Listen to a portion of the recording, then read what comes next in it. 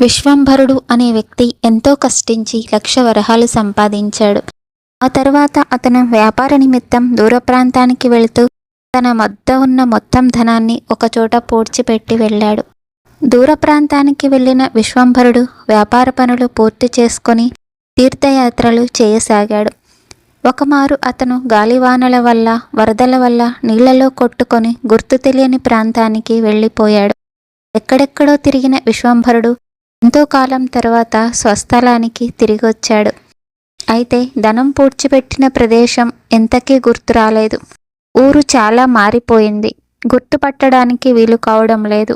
దాంతో విశ్వంభరుడు ఒక మునీశ్వరుడి వద్దకు వెళ్ళి తన సమస్య అంతటినీ వివరించి, అయ్యా, తమ తపశ్శక్తితో నా ధనం ఎక్కడున్నదో చెప్పండి అని అడిగాడు. మునీశ్వరుడు కొంత తడువు ఆలోచించి కళ్ళు మూసుకొని కొంచెం సేపటి తర్వాత కళ్ళు తెరిచి, ఇక్కడికి దక్షిణ దిక్కుగా పంటలు ఏమీ లేని చవిటి నేల ఉన్నది. అందులో నీవు పూడ్చిపెట్టిన ధనం ఉంది, వెళ్ళి తీసుకో అని చెప్పాడు. విశ్వంభరుడు ఎంతో సంతోషంతో వెళ్ళి ఆ చవిటి నేల మొత్తం తవ్వసాగాడు. ఎంత తవ్వినా ఎక్కడ తాను పూడ్చిపెట్టిన ధనం దొరకలేదు. మళ్ళీ అతను మునీశ్వరుడి వద్దకు వచ్చి తన ధనం దొరకలేదని చెప్పగా, నువ్వు కష్టపడి తవ్విన నేలలో పంటలు వేసి పండించమన్నాడు మునీశ్వరుడు. విశ్వంభరుడు అక్కడంతా పంటలు పండించడం ప్రారంభించాడు.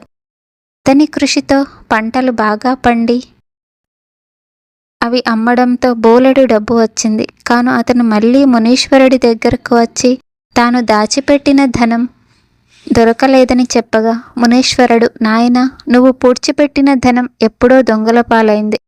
కానీ ఇప్పుడు నువ్వు పంటలు వేయడం వలన దండిగా ధనం సంపాదించావు. కాబట్టి అదే నువ్వు పూడ్చిపెట్టిన ధనం అనుకో అన్నాడు. విశ్వంభరుడికి అసలు విషయం బోధపడింది. అప్పటినుంచి అతడు కష్టపడి పనిచేస్తూ పంటలు పండిస్తూ ధనం సంపాదించి గొప్ప వ్యక్తి అయ్యాడు.